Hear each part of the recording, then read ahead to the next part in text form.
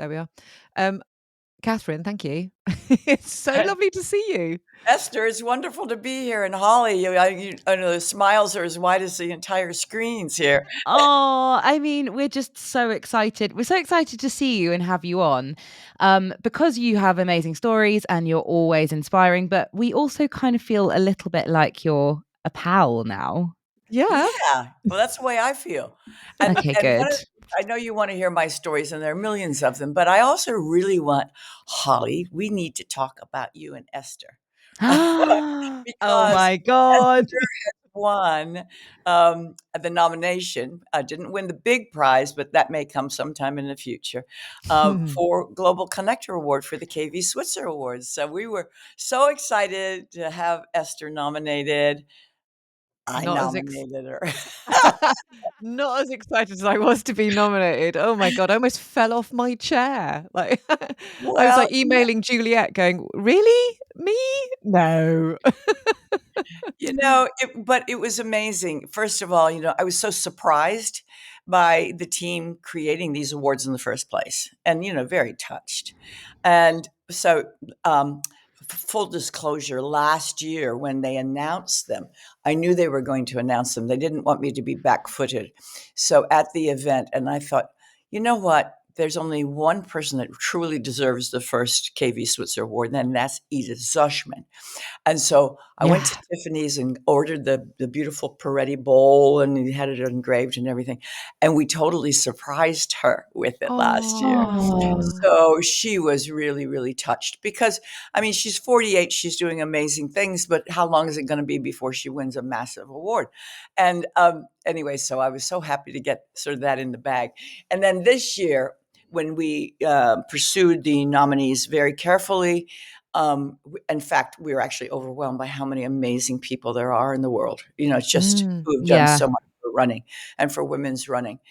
And of course, when it came down to Global Connector, I was thinking, who has reached out in the whole world? And I had to think of you, Esther, because you may think you're only UK, but you guys starting that magazine had such a ripple effect. Women's magazines are now starting in the US as well. But I was so impressed with sure, it's UK centric, but it is global. And I bought subscriptions for my whole team in New Zealand as well. So I remember you saying that too, because we met relatively recently, and we'll talk about that in a bit. But I remember you mentioning that, and I thought, God, are we not sending Kathrine a copy? We really should be. I know. I can't believe you're ordering one. Humiliating. The postage is astronomical, and that's what kills a magazine, as we all know. Yeah. So please don't worry about that. As long as I can afford it. You want to pay the New Zealand postage? That's we'll have that conversation. Yeah, the January budget. So let's also talk about how something that happens in one country can affect a lot of others, because it has raised the bar in publications. And really, I mean, you have everything from shoe reviews to training advice to clothing and works and everything that people really, really need. And what it does also is provides a community voice. I think a lot of women are reading your magazine in very isolated places, and they feel like they have friends around the world. And I certainly felt that way the first time I picked up the magazine. And the first time I went to Bath, Holly, and I called Esther. I said I was fangirling her.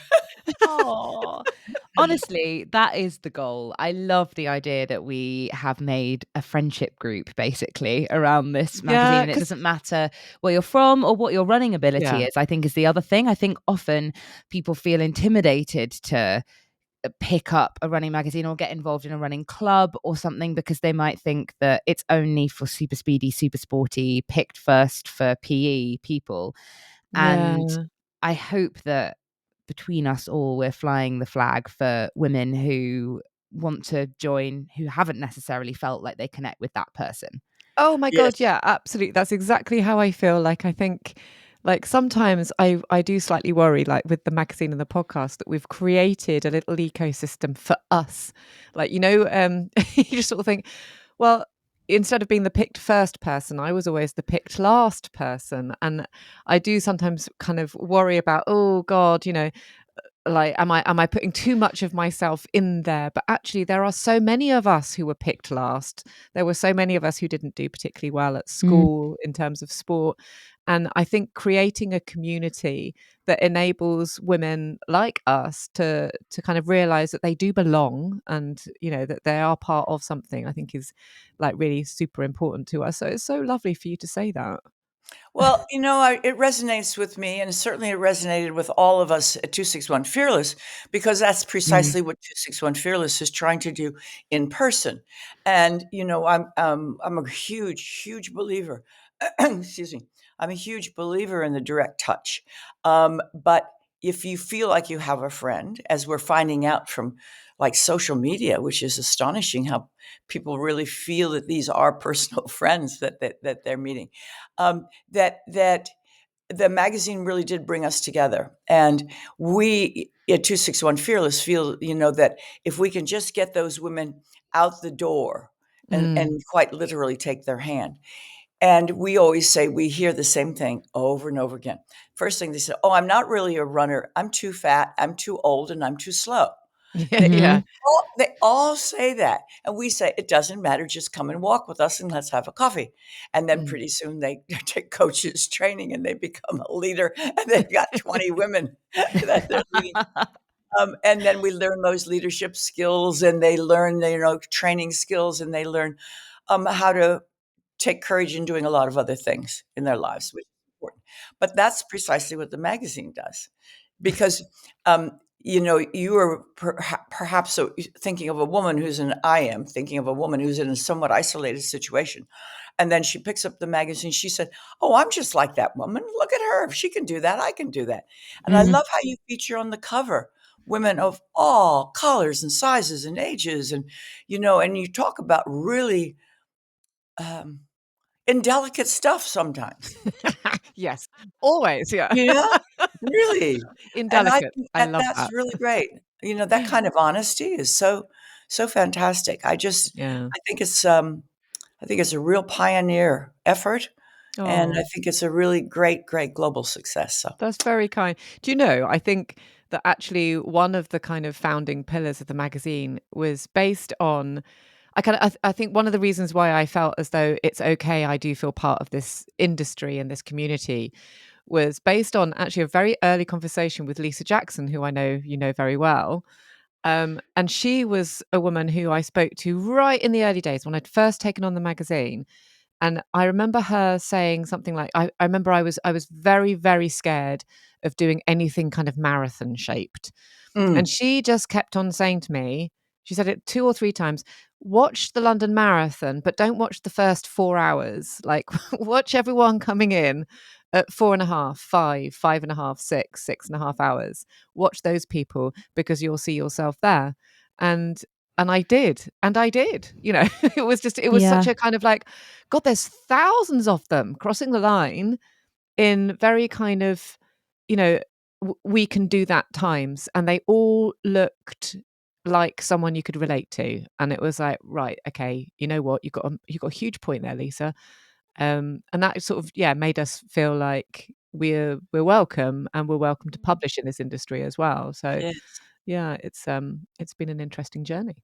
Yes, I remember, my friends in New York City when the marathon was, getting really big and taking to the streets, and so many people who had never, ever considered running or would even laugh at it Mm, suddenly started quietly jogging because they had gone out and they made that connection, came in and said, "My God, if they can do that, I can do that." And because I mean, there yeah. are people with no arms and no legs, and I mean, who are doing, and you feel really quite humbled. Yeah, Yes. Mhm. Yeah, yeah, amazing. yeah. Yeah. Yeah. Absolutely. I But was gonna getting ask a oh, sorry, Okay. Kathryn. No, no, no, I was gonna segue off, and we can do this at any time during the conversation with about Lisa Jackson because she is such a pistol. I'll tell you Isn't that Oh, she? woman is yeah. amazing. But anyway, we'll come back to Well, the we'll definitely come back to her because I do want to talk to you a bit about the Take the Baton conference which was where we met, and a bit about 261. But I was gonna while we're on the awards still a little bit before we veer too far away from them, I wanted to ask how do you choose who to shortlist for something like that, and like where do you start? Because like you said, there are so many people that are doing amazing things for running across the world. I just don't know whether I would know where to begin. Well, we also went through this dilemma, how do we begin? And is it fair that, let's say, Edith and I and a group of our friends choose the nominees? Well, actually, you probably could choose nominees because you guys, see so many people and met so many people. Are you going to capture everybody in the whole world? No, but we can capture those that we know, and we Yeah. know a lot. And you know, I'm not being arrogant about this, but I've been running for like 65 years. So I kind of know a lot of people. and, and that in combination with the fact that in the case of 261, we're global. Yeah. So, whereas I don't know Stephanie Case as well as Edith does, she doesn't know Tom Gilligan as much as I do. Okay. Tom Gilligan, founder of Marathon Tours and Travel, in the first major travel industry. Great story, by the way. They all have a great story. we could do so many, couldn't we? Go on. Well, no, just because he's so amazing. He was just a clunky old travel agent, right? Working in a shop in Boston. But it was a runner, and he had his running community. And they were talking on the run that day about the fact that there's this new event called the New York City Marathon. And it was in Central Park. That's how long ago this was. And they said, we ought to go down and run it. And they said, yeah, we ought to get together and carpool down. And Tom said, well, wait a minute, there's enough of us here. I'll rent a bus, and we'll all chip in, and the bus will wait for us, and we'll bring it back. And they said, hey, that's a good idea. Well, they did, and it was a really great party, a great success. So he went to his boss and said, I have a great idea. We should form a running travel industry, a part of our work. And we could take runners to all these different events around the world. His boss looked at him and said, that's a terrible idea, and you're fired. And he literally clean out your desk, went down to the street, and he had a box in his arms, and it was Oh full of my his God. desk contents. And he kind of looked around. And he said, you know what? It is a good idea. I'm just going to go ahead and do it. And so he chartered a plane and took a group of people to the Bermuda Marathon, and he was away. Biggest travel company, running travel company in the world. Yeah. And Oh my Tom's God. multi-trillionaire. He's just retired. But talk about global connector. Those Yeah. for women could travel the world, meet other friends, get their bibs and get to the expo and have friends and get to the start on time with the group and not be intimidated by the running process. So Absolutely. We know, don't we, to our yeah, cost, like how important that is for women to have that feeling of safety and exactly. community and sanctuary and being guided. That when we've done races abroad, to have something that kind of scoops you up and squishes you together with other single women traveling and doing the same thing, creates instant friendships and instant community. It's really, really Yes. important. Yes, and for me, I was never as nervous about the race itself as I was always about getting to the start and Oh getting my the God, yeah. transportation on time, Yeah. and where do I put my gear? How do I get into the right corral type of thing? All of Mhm. those things were very, very intimidating even to Yeah. me. Oh, And, yeah. yes, and Especially so with New York Marathon. Oh Yeah. my New York God. Marathon seems like a minefield. it is. Terrifying. I highly recommend being like me and just completely forgetting about it all, not looking at any of it until the morning of and going, where are we going, Esther? Every time. I never know what's going on. True. Well, it's even compounded by the fact that I understand at Tokyo, all of that has to be done on a cell phone. Well, I mean, I can barely use a cell phone anyway. I'm such a techno idiot, and things are in Japanese. Oh So God. a Yeah. girlfriend of mine from New Zealand, went over with a couple of women to do it, and she fortunately spoke Japanese, but pretty soon she's going down the street, and pretty soon the group of Americans in English people around her got bigger and bigger and bigger. And she's like the Pied Piper because nobody knew it. Or we had friends in Paris doing that, didn't we? For us, it's the teachers in the group tend to be the one that lead the charge because they're Yeah. the ones that know how to control ne'er-do-wells and silly people that go turn left when they should be turning right. Yes. So Yes, very true. They know how to order a group metro ticket in French or But Kathrine, because we've got you here, I feel like we should also talk about, I know you've talked about it so often and you must be so bored of being asked about it. And I'm really sorry to ask you about it again, but we've got you here on the podcast. I feel like it is our civic duty to ask you about 67. Are we allowed to ask you? Do you mind? Sure, right. You want the short version? You want the short version or the long version? Go Well, long. I tell you what version I'm kind of interested in, is so we met at the 261 Take the Baton conference, which was amazing, and you told your story there. You told it beautifully, but the particular bit that I was really interested in, which I didn't know, was some of the extra information about your boyfriend at the time who you were running with. So if you wouldn't mind including a couple of tidbits about that, because that blew me away. Yeah. Yeah, so, did we talk about the boyfriend or the coach? I think we were talking about the boyfriend and specifically his reaction, which I know you've talked a little bit about before, Okay. but then I don't know if you want to reveal this on the podcast, but I was very interested in the conversation you had in the car afterwards. You wanna remind me what it was? I'll tell you when we get to that point. Okay, was it about the fact that we were having an intimate relationship? Oh, in the car, back of the car when he okay. Yeah. Ah, yeah, On the yeah. way Here we go. home. Oh gosh, yes, this is such I don't know, maybe all of us have been through these things. Okay, I'll try to give you the semi story. Okay, here it is. I am a third-year student at Syracuse University studying journalism, and Mhm. I'm at Syracuse because it is one of the best journalism, universities in the United States. I wanted to be a sports writer. Um, by the way, I had been signing my name KV Switzer since I was 12 because in high school, I was in high school when I was 12. I was writing for my high school newspaper, and Mhm. in those days, the typesetter corrected misspellings if he saw one. And so my name, which was Kathrine, he always corrected to Katherine when I knew pretty well how to spell my name. My dad had misspelled my name on my birth certificate. This is an important part of the story because I got annoyed and started signing my name KV Switzer, which of course then at 12 and 13 was really pretty cool because that's all the sports writers in the New York Times only sign their initials, see? Yeah. So maybe Switzer sports writer was, kind of cool. And anyway, then got to Syracuse. By that time, I was signing my name all the time on all my papers, KV Switzer. Well, while I was there, and I told the story to the group of women, and this is a good story to tell.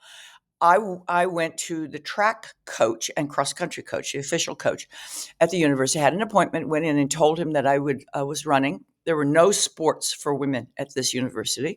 Oh They my had God. 25 sports for men, and all of them were scholarship deep, which meant they were getting their education paid for, while my parents were paying astronomical amount of money for my education. Mm. But anyway, there were no sports for women. I figured maybe these women just didn't get it. I really loved sports. So I asked the track coach if I could come and run on the men's cross country team. And he said, no, it's against the collegiate rules for a girl to be on the team. But, if you wanted to come out and work out with us out on the golf course every afternoon, that'd be fine. I said, well, that's all I'm looking for is companions to run with. I said, I'm not Mhm. competitive with these guys anyway. I mean, they were really, all nationally ranked practically. So anyway, I got out there and no, before I got out there, I left his office and I felt, okay, great. I'm going to be welcome.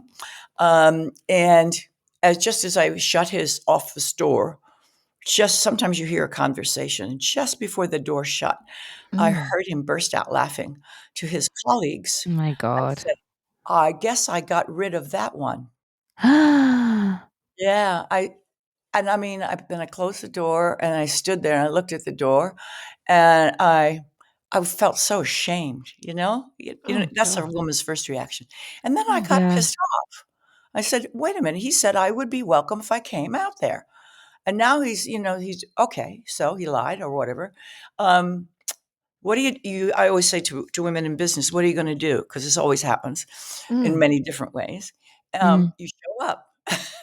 That's the secret to success anyway. Show Was it up. just you You know, individually showing up? Did you have a friend with you, or was it just you on it your was just own? me. Yeah, it was Bloody just hell. me. Anyway, I showed up the next day. I think I was more nervous for that moment than just about any race in my life. And I Yeah. walked out on the golf course where the guys were warming up and jumping around. And they all saw me and all started running over to me. And they said, "Hey, that's great. We've never had a girl show up before. This is terrific. Welcome." I said, "Okay, great. Thank you. Nice guys." And they said, "Okay, we're with you all the way, whatever." And then this one guy came over who was really, really, really old. He was 50. And he, Really? trying to make you laugh here. Because he was the university mailman, and he had run with the cross country team every day after work, after delivering the mail, because he was a runner, he could deliver it very quickly, and then he would run to the field house and change in the locker room and go out and train with the guys because he was a marathon runner, and there weren't a lot of marathons in those days. And he was very proud of the fact that he had run 15 consecutive Boston marathons, that he was still held the record for the upstate New York champion. He'd finished 10th one year, which is a big deal, a 10th in the Boston Marathon. Yeah. And he was very proud of it. He said, I'm old now. My Achilles are bad, my knees are bad, but I'm still out here jogging and helping the guys. And he had a clipboard and a whistle, and he was kind of a unofficial manager. And he started jogging with me because he was injured. And often on soft grass, if you just jog, you get over your injury. So he was getting better and better and better. I was getting longer and longer and longer. And we were talking yada, yada, yada the whole time. And he told me all of these stories about running. And it was, I was just getting really psyched of all these romantic stories of running. And he said, he kept talking about the roads and he kept talking about Boston Marathon. So one night, I think we'd done 5 or 6 miles. I said, "Why don't we start on the roads? I mean, do we have to stay out here on the grass the whole time? It's boring on the same course." And he said, "Oh, you want to run on the roads?" I said, "Yeah, yeah, let's go." So off we went and we started running on the roads, just the two of us. And miles started increasing and increasing. And one night every night we were talking about the Boston Marathon because Arnie had, he had how many? 10 stories at least, right? 15. 15 stories. And they repeated, every 2 weeks. I like it. And one night he started in on another Boston Marathon story, and I was really tired. It was before exams, and it was absolutely a blizzard. Syracuse has the worst climate of any city in the United States, including Anchorage, Alaska. Okay. Oh my God. Wow. Yeah, Okay. it's huge. We had 9 meters of snow the first year I was there. It was incredible. What? Oh my God. What does that even look like? Well, it looks the roads are like, canyons. The snow is so up high because the snow blowers come and throw it up. Wow. Yeah. And Oh my it's God. really and it's very dark and dangerous. So we were Yeah. out running in this blizzard one night, and he started on another Boston Marathon story. I was so cranky. I said, "Oh, Arnie, let's just quit talking about the damn marathon and run it." And he said, "Well, unfortunately," he said, "a woman can't run the Boston Marathon."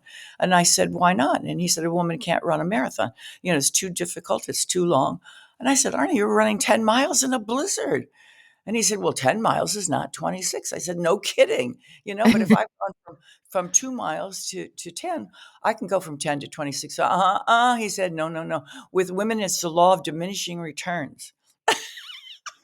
Right. What What Don't does does forget. that that mean? No. So Okay. we argued and argued. Then I said, "Okay, my trump card is that Roberta Gibb last year in 1966 jumped out of the bushes and ran the Boston Marathon." Yeah. And he said, "She did not." And I said, "She did." And he said, "She did not." And I said, "I have friends who were there and she did." He said, "Well, then she didn't go the whole way." And I said, "Arnie, you got to believe that she did that. It was recorded. Yeah. She jumped out of the bushes. She was not official, but she ran." And he said, "I don't believe it." And he said, "Well, what I do believe is that if any woman in the world could ever do it, it would be you."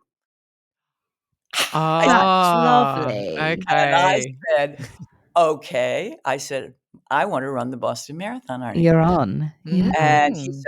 he said, "I know you." He said, "No," he said, "It's just you're just not going to be able to do it." And I said, "Arnie," I said, "I'm going to do it." And he said, "I'll tell you what, if you do it in practice, I'll be the first person to take you to the Boston Marathon. So, oh my God, I had it all. I had a coach, had a dream, I had a goal. And I mean, I even had a schedule because he was going to do it, right? So we just dug in. And about a month out from the Boston Marathon, came the day we were going to run the 26.2. And we started and had this loop course. And now we're finishing, let's say, the 26.2. And Arnie was going, oh my God, I can't believe it. I can't believe you're really going to do it. You look great. You look really strong. And I said, I feel too great, Arnie. And he said, what do you mean? And I said, I don't believe that's 26 miles. And he said, oh, come on. It's long if it's anything. I said, no. I said, well, I feel great. I said, how do you feel? And he said, well, and I said, well, let's do that last 5-mile loop again. Run another 5 miles. I said, I feel great. How do you don't feel great? No, well, okay. So anyway, now we're on the last mile of 31 miles. And Arnie loses it. He's all over the road. And I said, come on, Arnie, come on. Only a mile to go. We finished the 31 miles, and I was euphoric. And I threw my arms around him. I pounded him on the back. We're going to Boston. We're going to Boston. And he fainted dead away. No. And well, with men, it's just a law of diminishing returns, guys. When he sat up, he's like this. He said, women have hidden potential in endurance and stamina. What are we discovering today? Oh my God. We're winning the 50s. We're winning the 100s. Look at, we run for 4 days and breastfeed the kids on the way. Yeah. I mean, to me, I get chills even thinking about the future. It is really exciting. And anyway, okay, so let's keep this story. Next day, he comes over to my dormitory with papers. He's all business. He said, okay, he says, you got to sign the entry form. And you have got to get a medical certificate, and you have to pay the entry fee, cash, no refunds. And I said, okay, how much is it? He says, $2. I said, ooh, it's pretty expensive. Well, that was expensive. But it was, yeah. Cash, no refund, woohoo. Okay, anyway. And I said, Arnie, why do I have to sign this thing? Why don't we just go up to Boston and run? Just jump in the race. And he said, you don't do that, Boston. He said, this is the Boston Marathon. This is a serious race. Don't mess around with it. You card-carrying member of what we I don't know what you call it, but we have the AAU in those days, Amateur Athletic Union. You had to join the federation. And so I all my track events and stuff, I had been, registered athlete. He said, don't mess with these officials because the officials are really pretty tough, especially at Boston. They're really tough. And he said, so sign the entry form, go get this, go to the school infirmary, get your medical certificate, send them all in together, and we're going to go up as the Syracuse Harriers. We'll have a team of people. So I'll go and Johnny will go and all right. So he got all the paperwork together, and the doctor thought it was a real hoot and made me run up and down stairs, and he kept saying, fit as a fiddle, fit as a fiddle. Okay. All the paperwork went in. And then that night I was at I went to the university bar with my boyfriend, and my boyfriend was a graduate student he graduated Cornell, and he was at Syracuse as a graduate assistant working on his MBA. And he had been an All-American football player for Cornell, but now he wanted to specialize in throwing events, especially the hammer. So he was a big boy. He was 235 pounds. I don't know what that is in stone. You guys can figure out. He's big. And very attractive. Kind of like what we call BMOC, big man on campus. Oh, yeah. Bit of a peacocker. Yeah, peacocker, great. Yeah, kind of knew it. Anyway, so we're having a beer at the bar, and he says, hey, how's the jogging coming? And I said, running is coming along fine. It's actually running, Tom. As slow as I am, I'm a runner. And he said, okay. And I said, I decided I would tell him. I had to tell him. I said, in fact, a couple of weeks, Arnie and I are going to go up and we're going to run the Boston Marathon. And he puts his beer down and looks at me and he said, no, you're not. And I said, what do you mean, no, I'm not? And he said, the Boston Marathon is 26 miles, 385 yards. And I said, I know. We ran it today. And he goes, what? And I said, yeah, Arnie didn't dare tell him we ran 31 miles. Right. And so he sort of goes like this, and he took another sip of beer, and he said, oh, all right, well, I'm going to Boston too. And I said, what do you mean you're going to Boston too? He said, well, if a girl can run 26 miles, I can run 26 miles. I said, Tom, you've never run more than 3 miles in your life. And he said, if a girl can run 26 miles, I can run 26 miles. No big deal, obviously. And I said, Oh, Tom, really seriously, you got to think about this. You weigh 235 pounds, and you're going to carry that for 26 miles with no training? I said, I have no doubt you could do it if you trained. But he said, if a girl can do it, I can do it. Good wow. God. I mean, the Come to Boston. lengths. I know. Unbelievable. Well, then I joke and I say, well, he came in handy because he didn't actually, he did register. And this was another thing. Anyway, he registered. And when we got to Boston, it was, we got there the night before. We spent the night, and the next day, oh my God, it was just horrible weather conditions. Horrible. Yeah. Worst in the history of the Yeah. race up to 2018. Headwinds, sleet, snow. Instead of looking really nice in my shorts and top, I, had to wear all my baggy clothes and stay warm. We were just frozen. So Arnie parked the car outside of the schoolhouse where they had to pick up the bib numbers, and he went in and picked them all up as a team. So because they were filed together, so he just got the team packet, Yeah. came out to the car. Anyway, oops, sorry about that. Hold on. No, don't worry. I'm sorry. Anyway, so then we parked the car. We started doing our warm up. All the guys in the back streets were waving at me and saying, "Hey, that's great." They were very, very, very supportive. And we packed all into the starting area, and snow is coming down, and they're getting late in the start, and they're getting really anxious. And the guys in the starting corral all around me were saying, "Oh my God, you're great! I wish my wife would run. Wish my girlfriend would run. Can you give me some tips to get her started?" And Oh I my said, "Well, God. maybe later. I got to get going here." The gun goes off, boom, and off we went. And for the first mile or so, of course, it's wonderful. Everybody's laughing and having a great time. And then all of a sudden, beep, beep, beep, beep, beep comes the first is the press truck. And I said, what the hell is press truck doing behind us? And we all had to get over to the right-hand side, and the press bus came.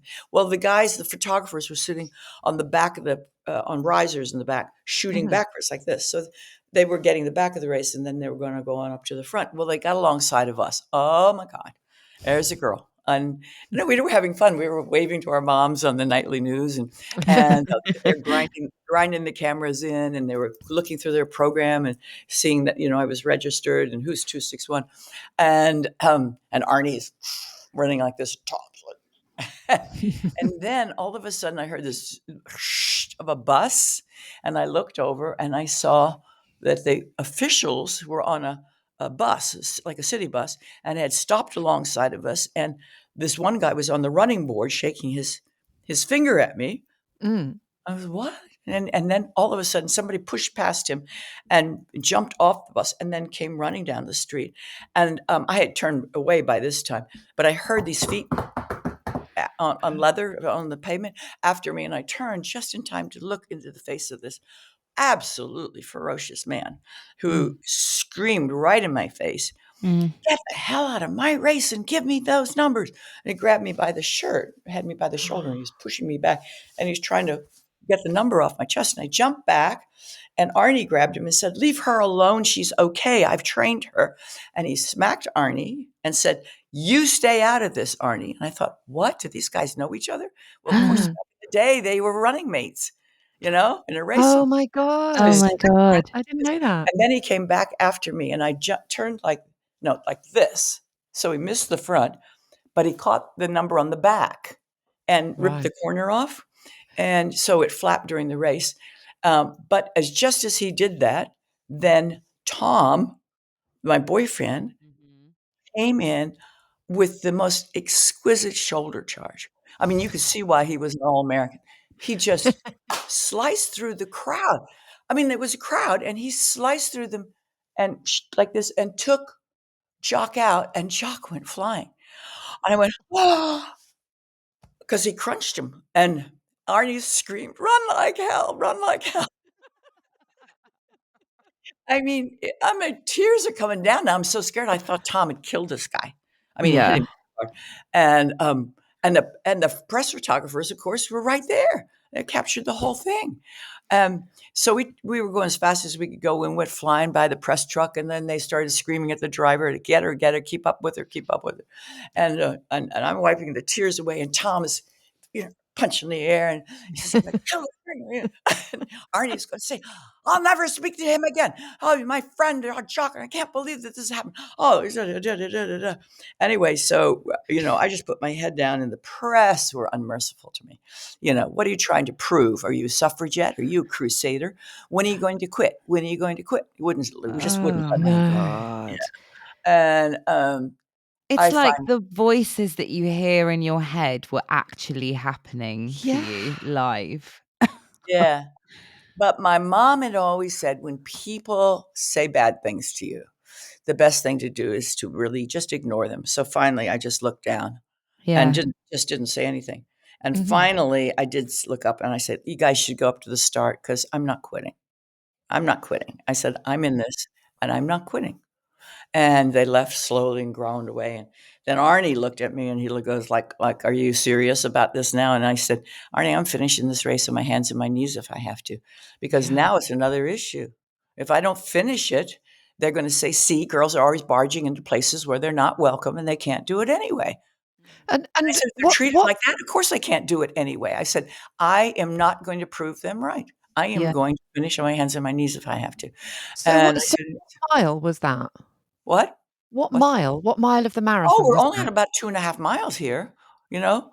See, Yes. I think that's mind-blowing that you had another 24 to go Yeah, with yeah, all yeah, of that as the yeah, kind of start point. yeah, yeah, and so, I said, he said, "All right, let's just slow it down, let's get it together," because we were now, like, no adrenaline anymore.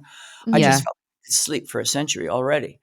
And then we got quiet for a while, and Tom is running along beside me, and he said, "You're getting me in all kinds of trouble." And I said, "What?" He said, "You're getting me in all kinds of trouble." He said, I said, "How, Tom?" And I said, "I'm the one that he attacked." And he Mm. said, "Yes, but I hit an official and they know my number and they're going to look up my number and they are going to go to the Federation and I am going to be expelled from the Federation for assaulting an official and I am not going to make the Olympic dream. You have ruined my Olympic dream." Now, this is in the middle of the Boston Marathon. Now, you know how embarrassing it is when a couple has an argument in a restaurant and the restaurant gets Mm. everybody gets quiet and they pretend like they're not hearing this argument, right? And and so I didn't even answer him, I just looked down. And he took off his number, ripped it off, Mm. tore it up, threw it down, and said, "Besides that, you run too slow anyway." Oh my God. And so Tom Arnie said, is a drama queen, isn't he? I mean, this is more dramatic than any movie. So Yeah. Arnie said, "Let him go." And I said, "Let him go? He's gone, Arnie. That's the Yeah. end of that, right? Obviously." Anyway, so anyway, time goes on, snow's coming down. I feel pretty bleak. All the guys are coming past me and say, "We're with you all the way. Go for it, girl. Come on, let's go." Mhm. And pretty soon, then they weren't passing me. We're all just kind of sludging together. So have you guys haven't run the Boston Marathon, have you? No, we No. It's haven't. downhill till 13, and then it starts to climb. It's a vicious course. And Yeah. so at 13, I look up the first big hill, and I see Tom in this orange sweatshirt walking up the hill, right? Yeah. And I said to myself, uh-oh. And Arnie says, "Hey, is that Tom? That looks like Tom." I'm like, "No shit. Of course it's Tom. Orange sweatshirt, 235 pounds. You're not gonna." Anyway, then I don't say anything. And so Arnie said, "Yeah." He said, "I think that's Tom. I think." He said, "Arnie, it's Tom." Anyway, so we came up to him and we're jogging alongside of him. He starts running like he hadn't been walking, right, for a mile. watching it from anyway. And then he goes, oh, and he stops and he puts his head down. He said, oh, God, it's a long way. I said, yeah, you're only at 13. It's a very long way. And he said, well, I'll get it back if you walk with me. And I said, Tom, I'm sorry, I can't walk. If I walk with you, I'll never get it back. But you're a really talented athlete. So, I mean, you walk for a while, perhaps you will get it back. I'm sure you'll get it back, Tom. So I will keep on going. You catch us up. See you later. And I got about 30 yards down the road and I heard him shout, I'd never leave you. Oh, My Tom. God. Is that not gaslighting? I mean, Anyway, it gets worse. So anyway, we go on and then Arnie and I kind of wow, you kind of come out of it. You shake off the gloom. Your endorphins come in a little bit. You say, "Man, we're going to do this. We're going to do this," and then you go through all these different lifetimes of things. About 18 miles, 30 Ks, I started thinking about it, Jacques Semple. And at that point, I had murdered him every way a person could be murdered. And and then I realized, hey, it's not his fault. It's not his fault. He's a product of his time. He doesn't understand. He only sees women in a certain category. He's an older guy. He's devoted to this race. He thinks I'm making a clown of his race. It's up to me to change his mind and minds like that.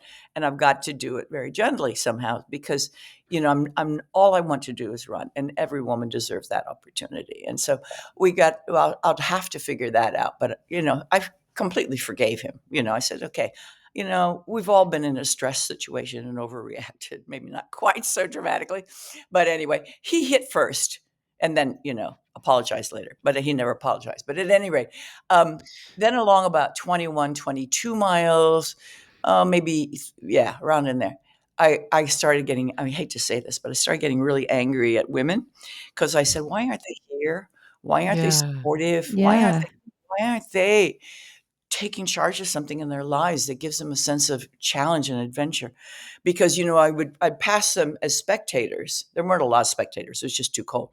But most of them were like this when I went by.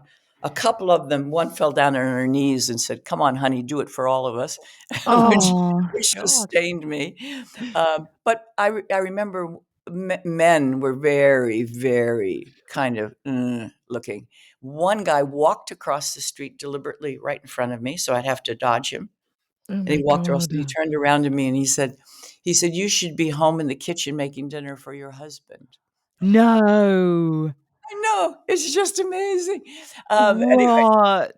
Anyway. Do you think that the women were looking at you like, I don't know, almost disdainfully because they Yes. were do you think they were jealous of your ability to break free of some of that stuff? No, it was 50-50. I think some of them, I think some of them were jealous, but some of them also were outright thinking I had done something very wrong. But then others obviously thought I was doing something really wonderful. But anyway, the hate mail and the love mail that came afterwards, that was interesting. Anyway, look, when I finished the race, hey, listen, did we jump up and down and were euphoric? No, we had a hug, Johnny and Arnie and me. We did the whole distance together. Of course, we didn't know where Tom was. The press that was there were the young kids who obviously the editors sent out to stand in the cold. It was so cold and rainy and horrible. And they said, go out and wait until the girl comes, see if the girl comes. And in the meantime, the big reporters went ahead and filed their stories. And they said, she failed to finish, however, including the New York Times. All right. What? Now, the New York Times is the be all end all. So I think what they said, you can see them all, imagine them all in the press room typing away. Hey, what about the girl? What about the broad? She finished? Nah, she hasn't finished. Okay, she failed to finish. Yeah. We filed the story. So when it's on AP or the New York Times, it was very upsetting to me. But I'll tell you how I handled that, which is great. Anyway, so we waited for Tom. And we waited and we waited and we waited. And, somebody gave me a blanket and a poncho and stuff like that. And we waited and we waited and we waited. And Arnie said, we got to go now. And I said, well, we can't leave Tom. I mean, he's lost in the bowels of Boston and he has, like us, no money. He doesn't know where he said, we are getting hypothermia here. We are freezing. We have got to go." And I Mm. said, "Oh, Arnie, what are we going to do?" And he said, "He's a big boy. He'll figure it out." Because we had no idea. Arnie knew where we were going to go, but none of us knew. We were going to some friend's house. He was going to give us a shower and some dinner, which was really wonderful. But just as we were leaving, I took one last look and I saw him at the end of Boylston Street. I said, "No, here he comes, here he comes." And we cheered him in, and the first thing he said is that the damn sweep truck didn't come, because there was supposed to be a sweep truck that came by and picked up the wounded and the lame, so that he had to do the whole distance. But you know what he did? Because he had no choice. And he finished. Yeah. I'm impressed that you wanted to cheer him on, Oh, like, despite the way that he he was my boyfriend, and he was hot-headed, in the heat of the moment, some people react differently. All is forgiven. So anyway, we got to our friend's house. We all got hot showers. Then we got some food and a beer. Oh my God, we were just like. Yeah. But then we had to drive all the way back to Syracuse, because we were students, and he was the mailman, and we had to get to class the next morning. And so now we were driving down the throughway. It's like a 4.5 hour drive. And we stopped halfway at a restaurant, and we got some coffee. We're getting coffee and ice cream to stay awake. And in the newspapers, those newsstands were filled, because there were like 7 editions of Boston papers alone in those days. Oh my The front God. page, just front and back, of this incident. And of course, there's Tom, the big hero, because the headlines, he becomes the hero of the story, because it said, "Girl saved by burly boyfriend." Oh my Oh my God. God. You're kidding me. Tom is the Oh my hero. God. Tom is the hero of the story, you know? And things like Ladies' Day, not on your life. Girl has to be saved by burly boyfriend to stay in race. But she failed. In the story, she failed to finish, however. Oh Well, my God, you must have been, like, boiling over to read that. no, because it was a great picture, and and Tom was so happy, and hey, we'd done the Boston Marathon, big deal. Anyway, Yeah. so got back to class, to the university, and then the next morning in class. Well, oh my God, the phone just wouldn't stop ringing. Everybody calling. And so, first thing I did, of course, as a journalism student, is I got the New York Times, and I read the piece there, and it said she failed to finish, however. I'm sorry, this is New York Times. New York Times doesn't get it wrong. At the journalism school, anybody who graduates and gets a job at the New York Times, that's what you really want. Yeah. I pick up the phone, put in my dimes, and I call sports desk of the New York Times. And this guy answers the phone and goes, "Litsky." And I said, "Hi, I'm looking for a guy by the name of Frank Litsky." He said, "That's me." And I said, "This is Kathrine Switzer. You just wrote a story about me, about the Boston Marathon." And he went quiet for a second. He said, "Yeah." And I said, "You said I failed to finish." I actually did finish. I finished in 4 hours and 20 minutes. And I'm hoping you could print some kind of retraction, because the New York Times is a very important paper, and has a lot of influence. I'd like you to let people know that I actually did finish the race, if you don't mind, please. And he said, "All right, well, tell me more about this training and stuff. And well, how'd you get there?" Well, and so he's on the phone, and I could hear him typing. And I said, "Maybe I'll do a little story about it." Yeah. Anyway, and he asked all these questions, and I was all peppy in my answers and happy to talk to the New York Times. And so this was the race was on a Wednesday then, because that Patriots Day moved. So I called him on a Thursday, and Sunday was the big edition for New York Times. The front page of sports is the whole story is me. The Oh my whole God. page. Amazing. It said, "Lady with desire to run crashes marathon," and has the series of pictures. Where he got these really glamorous pictures of me in an evening gown and stuff, I don't know. They must have incredible photo researchers or something. But there I Yeah. was, looking like $1,000,000, right? And Yeah. and I couldn't believe it. It was so amazing. Then everything started happening. Johnny Carson's Tonight Show called, and the Today Show called, and of course Tom is in his element, because he's the big hero of all of this. It's just so amazing. Well, anyway, in the back of the car coming back, from, on that night. We're in the back seats, getting all kissy face, and we decided to get married. And I I said, love that bit. It really makes me laugh. I say to people, listen, after a marathon, when the endorphins are going wild, have a good time, but don't make any serious decisions.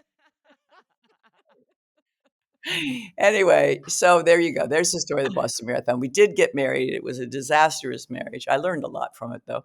Mhm. And uh, is amazing because it was quite acrimonious at first. The divorce and all that kind of stuff. Because Tom was very avaricious, and I said, "Well, I don't care. Just take everything. I like my clothes. I Yeah. don't care. Take it. It's just stuff." But anyway, I was told by friends that on his desk at his office, he had framed that 3-part picture. Really? Yeah, Really? that apparently that was the sort of athletic highlight of his life. He never made the Olympic team. We tried very, very hard, but he would never train really. He was the kind of Yeah. guy who, because he was so naturally talented, always believed everything would come to him. And he Mhm. was very spoiled that way. He came from a wealthy family. And had to work for every inch, Yeah. of running. Yeah. And Well, it I just think you resonate so well with women because of this. Like, I do think that that's quite a perfect example of how men and women approach endurance events. And Mm. like, so often they say it's a bit like with jobs that people apply for, don't they? That women will only apply for a job if they have 80% of the qualifications needed or whatever, and men will apply if they have 20% of the mm, qualifications needed. And I think Mm. that kind of applies in running. It definitely applies in running. The amount of men I see collapse, it always outweighs the women when I'm running either a marathon or a half. Like Bath Half, when we did that on a really hot year, I just remember it was all men that were kind of felled by the hot weather Yeah. because they'd not prepared. Well, it's yeah. only half a marathon, it'd be all right. And I find I think that cockiness is astonishing. I want some of it, but so, like, what about the aftermath? How did you cope with all of that, with the kind of sudden onslaught of fame? Well, but I tried to make it very useful. So one of the things I did is, I wanted to change the rules, right? Mm, But you don't change the rules by standing up and saying, you change the rules. Um, I learned very early on that you need to get into the system and take responsibility for something. And needed to learn how the system worked. And then I decided also to start small and start locally. But what I was having fun too, the people were coming to me and say, "Can I run with you?" So we decided to start like a Tuesday after work running group. And, mm, we started with 5 or 6 of us who always jogged together. And then it grew to like 10 or 15. And then pretty soon other towns came in. Pretty soon every Tuesday night, we had a couple of hundred people out there.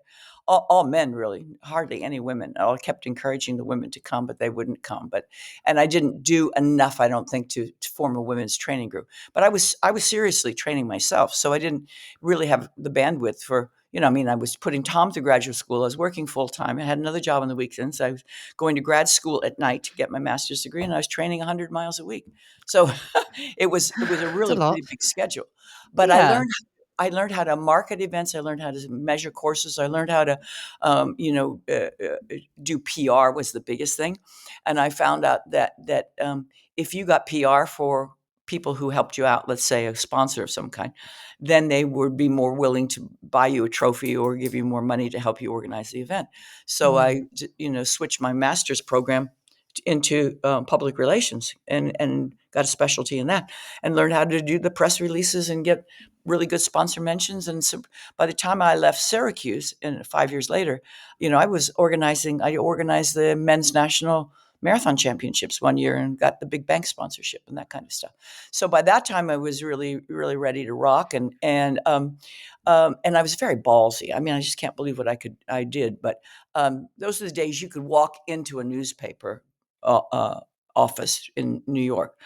And this is 72, and I had by that time Nina Cusick and I had already co organized, along with the New York Roadrunners, the first women's mini 10K.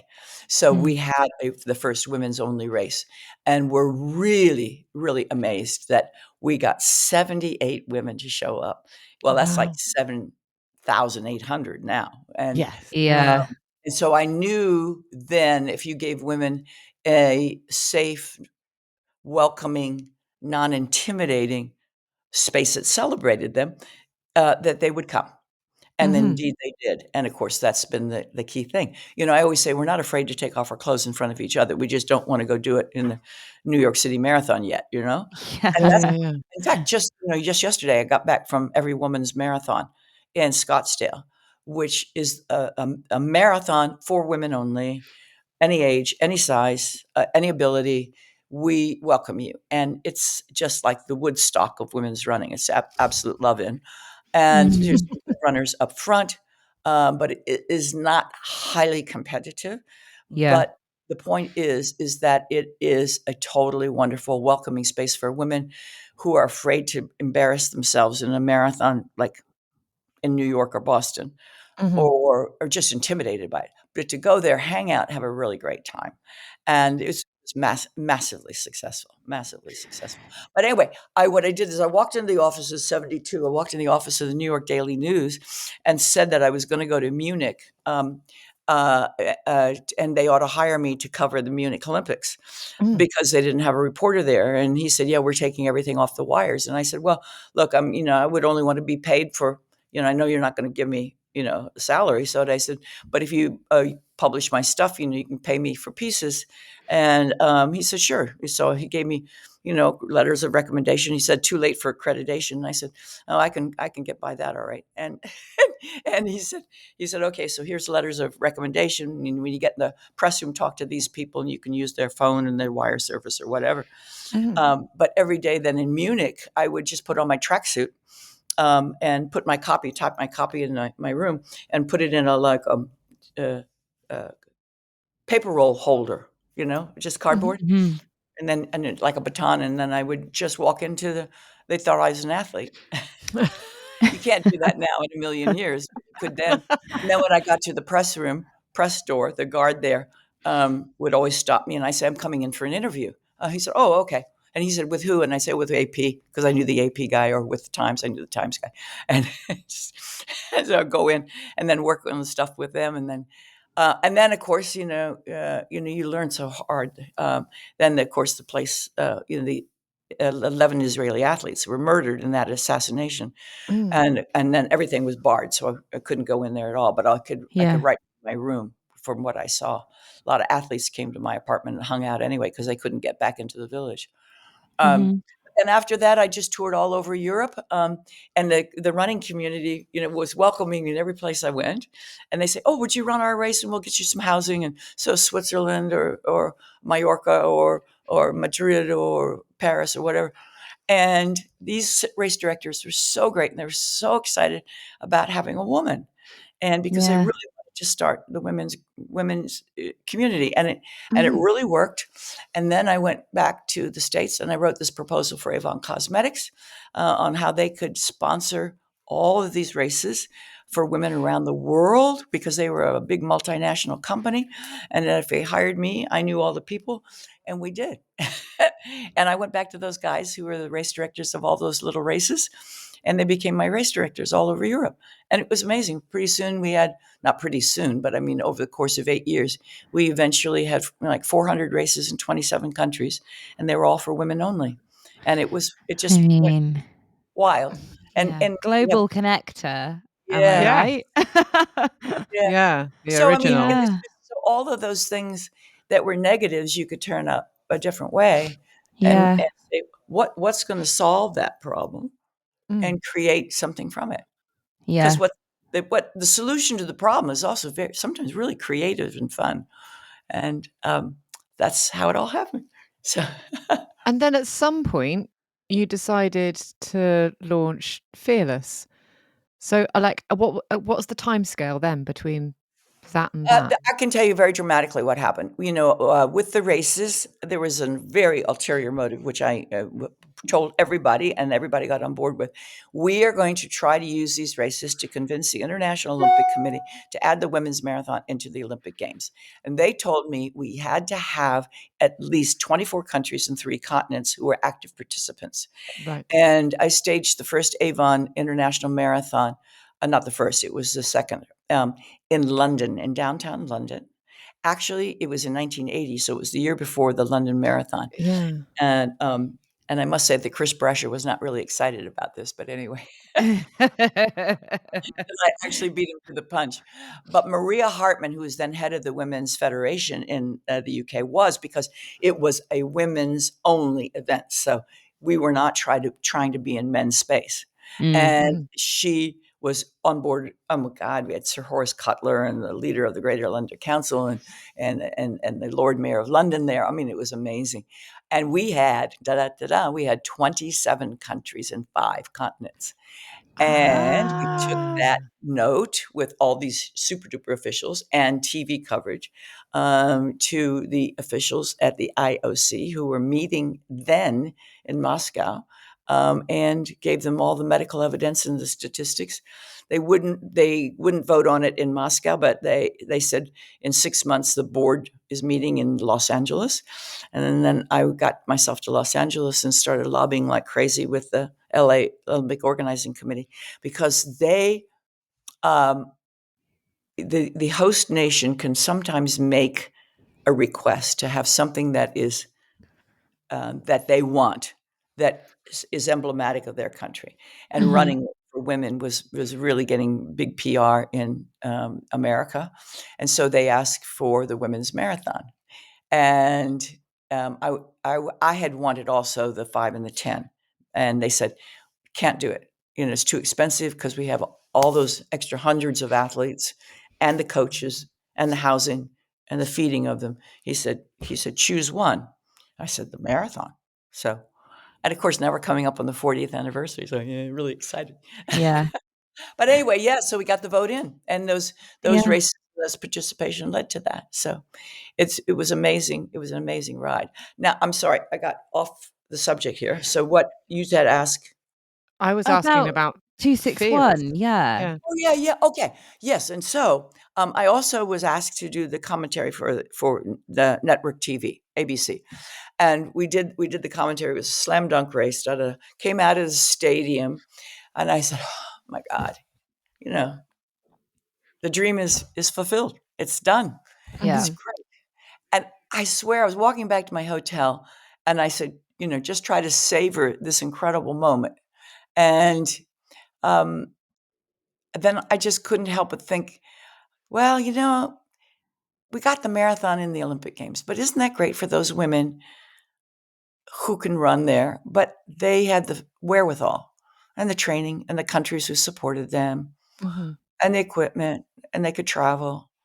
And then what about all those women who are under a burqa in Afghanistan or North Africa or getting beat up in Kenya, and I said, I'm never going to be able to reach them. I said, just not in my lifetime. And I kind of felt like it's still a way to go. All right. Then about 10 years after that, I was doing a lot of other things, of course, but 10 years after that, I started getting these emails from all over the world, like from Paraguay and Peru and from Poland. And they were showing me that they'd inked 261 on their wrist, or they were wearing it on their back because it made them feel fearless. And then sometimes there'd be an email attached, and they'd say, the picture of you getting attacked in the race, made me feel fearless, and he was trying to get your number. So I'm, wearing 5,000 on my front for tomorrow in New York, but on my back I'm wearing 261. And then they started rolling in by their hundreds. And then I kept saying, oh, isn't that nice? And then they started sending me pictures of their tattoos. So I got the creeps, right? Because if somebody tattoos your bib, what does it mean? Yeah. They want to live with it, right? They want to live with that feeling of fearlessness. I was then invited for the third time to come to Austria to run the Austrian women's run. Have you ever run this race? With No. Oh my God, I think she had 30,000 women this year. It is. She was one of the award nominees because Oh, wow. she created this race. She heard about the mini in New York, and she said, "Well, I could do that in Austria." And so she went back and she started, and it's a massive, massive machine now. And wonderful, wonderful day in the Prater Park, wave after wave after wave of women. Oh my God, that sounds So amazing. yeah, you guys have got to go. That's an easy trip. Yeah. Go see Edith when you're there, right? So anyway, I I was at the press conference and they had the elite athletes, and I was sitting on the end of the dais with the elite athletes. So they all talked about their training and what they're going to do and da, da, da. So it came to me, and I just looked at them and I said, I said I would love to talk to you guys about what you're going to do when your career is over. You're really influential right now. You're training well. You're inspiring people, but what are you going to do when the day is over? When you're no longer going to be winning the race? You really have the ability to put so much back and to help a lot of other people. And I said, and I just want to say, I don't know where this is going to go, but a really weird thing has happened in my life. And I told the story about 261. I said, now I don't know what's going to happen with this, but I see it as some kind of opportunity, but I don't know what it is yet. End of the press conference. This woman journalist, sports journalist from the back of the room comes running up to me. It's Edith Sushman. She said, I got to talk to you about that story, about 261. And I said, I don't know where it's going, but she said, you could change the world with that. I said, no, I couldn't. I couldn't change the world with that. And she said, yes, you could. And I said, look, all I know is it's happening. I've trademarked it, because if I don't trademark it, Nike's going to grab it. And she said, no, you could do this. And then we started arguing because she said, I said, Edith, I'm trying to reach poor women. And I said, these women are not even going to know about 261 and about women's running. And I said, I don't know. There's no way I can reach them. And she said, where have you been? She said, they're all on their cell phones. That's how Arab Spring happened. And I said, Edith, I'm talking about poor women. These poor women don't have a cell phone. And she said, no matter how poor any group of 10 women is, one of them will have an internet connection. Yeah. And I went like this because, what do I know about the internet, right? And she kept arguing and arguing. I said, well, look, I got to go. I had met her before and I liked her. She was sort of my aide de camp for one of the events. And anyway, and fun. Okay. So 6:30 the next morning, my phone is ringing in the hotel. It's Edith. She said, I drove all the way back to Klagenfurt, 4 hours. I got it all figured out. We set up a series of community clubs around the world. And then we coach, show women teach women, train women how to be coaches, and they attract other women. And then we create a how to run situation that empowers them. And I said, Edith, you're smoking poppy. I said, how are we going to go out and populate the world like make two of us? And I said, I'm getting older and I really don't want to keep doing this, getting on this pony. And she said, well, then I'm going to do it. And I said, Edith, come on. Anyway, so now she wins. She'll never argue with an Austrian. All right. Anyway, she created a 261 club in her town of Klagenfurt. It was so successful, and she used that as her test dummy, and well, the rest is history. I mean, she took it and I supported it, and we started getting really amazing people involved.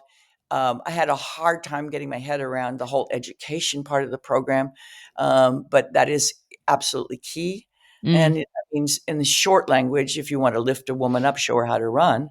And if you want her to take charge of her life, give her an education. So, first show her that she can be a leader and a trainer. And then we have these amazing classes and training programs. And we're in 14 countries. It's really, really, really working.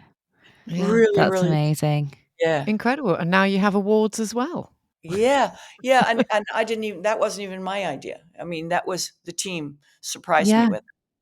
And Oh, I'm very honored that they're named after me. And the women and men, who are part of this. You had the press release, right, on the nominees. Yeah. Right. Yeah. I mean, they're all absolutely wonderful, and in their own way have made huge, huge strides. Yeah. And I'm not just kidding you, Esther and Holly. I mean, the magazine, the podcast is really very, very important, and you're touching the hearts of these women. And getting to them and telling them they are somebody, that they can do things. It's really important, and I'm Yeah, really proud of you. Mwah, mwah. Thank you. Oh, I feel a bit Catherine. wobbly. I think the thing that is really, first of all, that thing you said about of every 10 poor women, one of them will have an internet connection. I think that is a very, very powerful thing to remember when it comes to expanding this movement. But I also think, with you saying that there is a bit of a way to go still, it gives me a bit of a fire up my arse a bit, because I think, well, hang on, it's not, we're not going, oh, amazing, time to celebrate, women are running everywhere, and now, it's so exciting, and that we're hitting the kind of numbers that we've talked about today in terms of women's participation in races. But it's not something to rest on our laurels about and to just kind of go, great job done, is it? It's made me think, what can we all do going away from this conversation to get more women running and keep this ball rolling? Yes, what I also am concerned about is the good news is so many more women are running. Okay, the bad news means, like, that's many more women who are getting physically attacked while they're on the run as well. So there's a huge negative downside on that one. How can we do something with this? And at the Every Women's Marathon, for instance, there was a huge women's running safety council on, ways women can defend themselves, et cetera, et cetera. And I keep saying, we've got to bring men into this equation here. We've got to talk to them. What is the mentality? I would like to know why it happens. And I also am very, very concerned now, for instance, about young boys. I mean, particularly teen boys, especially teen post-COVID boys who have lost their ability to, well, and girls for that matter, but there's a huge gap in the ability to communicate because they lost 2 important years of human really interaction. I mean, you can see it in classrooms when you're lecturing, like the face is like, huh? Anyway, so how can we make that happen? And how can we still reach women who are out of contact? But I mean, I had one of the happiest days of my life last summer. After Paris, we went to Klagenfurt, and we went to Vienna because we were doing a documentary film, and Edith had told me that she had 15 Afghan refugee women who had joined 261 Fearless. And that maybe 2 of them would come and we could do some filming with them. Well, all 15 of them came. Oh and my God. I never thought they'd go on camera because, normally they don't want to be photographed. And they had escaped the Taliban with their shirts on their back. And the TV person, they had, disclaimers and made sure that they were okay with all of this. And one of them said, would you be willing to talk to us? And she said, absolutely. She said, the Taliban can't get me here. And I thought, my God, I'm not sure I'd have the courage to say that publicly because I think the Taliban can get you anywhere. But anyway, Gosh. these women are taking the coaching classes and they're becoming leaders and they're working on their English and they're getting a job, and they'd never even been inside a restaurant before because when we went to get coffee, they'd never been inside a restaurant. Oh my God, Wow. I mean, it's just, the it's reach. just, I'm really, really, I just was so thrilled to see them. I cannot tell you.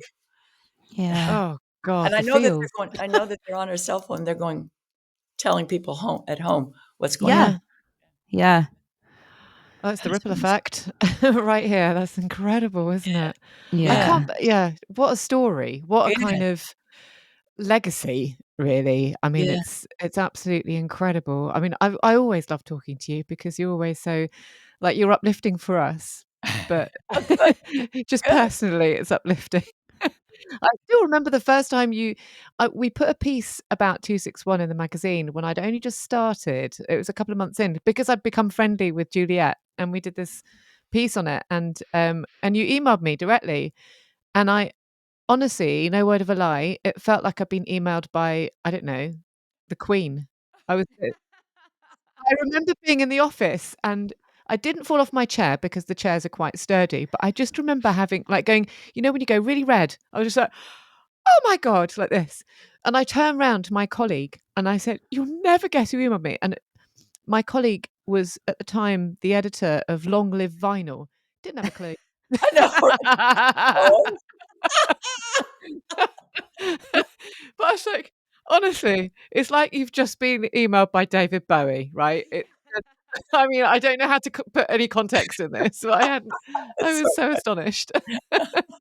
I remember hearing an interview that you did with Juliet.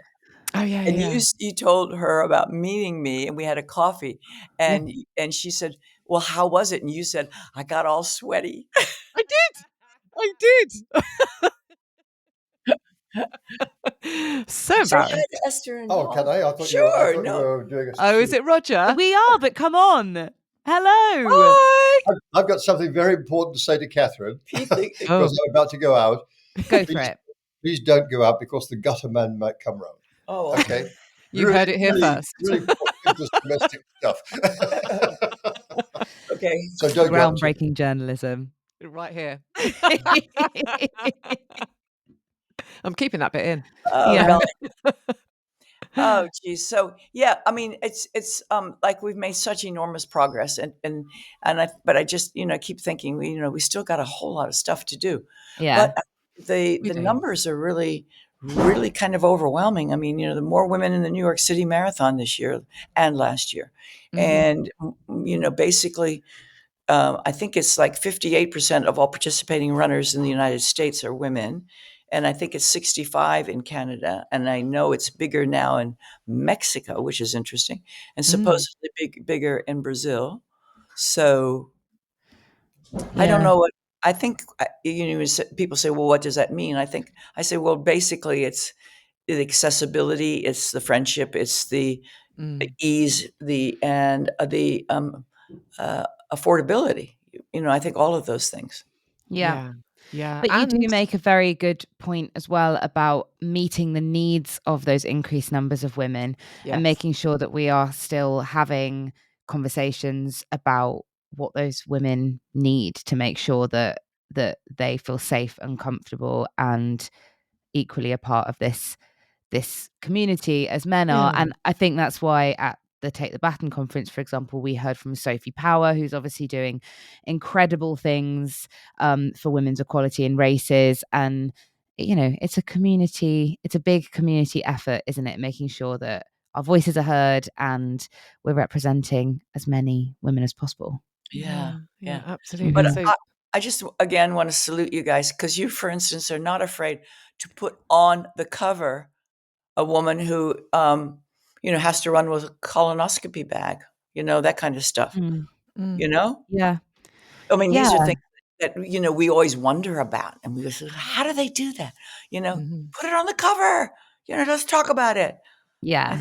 That's just kind of breaking down all these barriers. That's great. Thanks, Kathrine. I think if there's one thing Esther and I will never be embarrassed to do, it is talk about things like pooing ourselves. And I think the more that we do it, the less embarrassed, hopefully, women will feel not just about that, but about all of the stuff that comes with this that we maybe don't feel kind of armed with the knowledge of before we start, like how you manage a period on a run, how you cope with public toilets in a race, how you I know we joke about it and I know we tell some hideous stories on this podcast sometimes, but I do think you're right that the less embarrassed we are to have these conversations and to put these things at the forefront of running, then hopefully the less embarrassed we'll all be.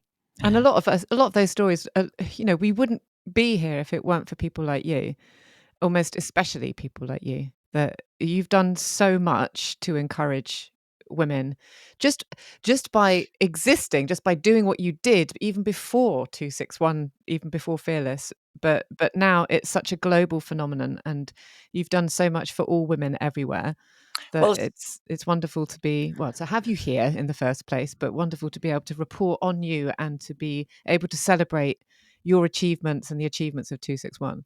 Oh, thank you. And I want to congratulate you, Esther, once again on the nomination for this wonderful KV Switzer Award, Global Connector. You've done a great job, and I know you're going to continue to. And Holly, this podcast you guys putting together, I know is inspiring women and making them laugh and tell stories. And I'll bet after they listen to you, they go out and with their friends and say, "Did you hear that story about?" I hope so. But thank you so much for coming on. I know that lots and lots of people who listen to this podcast will be so excited to hear you tell your Boston story. But I hope that also they're able to take away the work that you've done post that was just the beginning of a long journey into making running more accessible to women, and that it's something that we're all a part of as well. Yes. Yeah. Thank you. Mm-hmm. Great. Thank you, Kathrine. You've been amazing. Absolutely Thank you, amazing. Kathrine. Thank you, Holly. Yeah. Let's try to get together when I'm next in the UK. Roger is always looking for any excuse to be back. And perfect. The event in Bicester was fantastic. We I don't know if you know this, but we took a day and a half afterwards. We went into that really posh hotel in Oxford. And just enjoyed Oxford because we know Cambridge well because that's where Roger went to university. Yeah. But neither of us knew Oxford very well, and me not at all. So it was really amazing. It's gorgeous. It's my mum lovely. went to uni in Oxford, so the rivalry in our household is Oxford over Cambridge. So they both are gorgeous. Yeah. So look forward to getting together personally as soon as possible. Okay. Definitely. Oh God, yeah, absolutely. That'd be so nice. Great. Well, keep up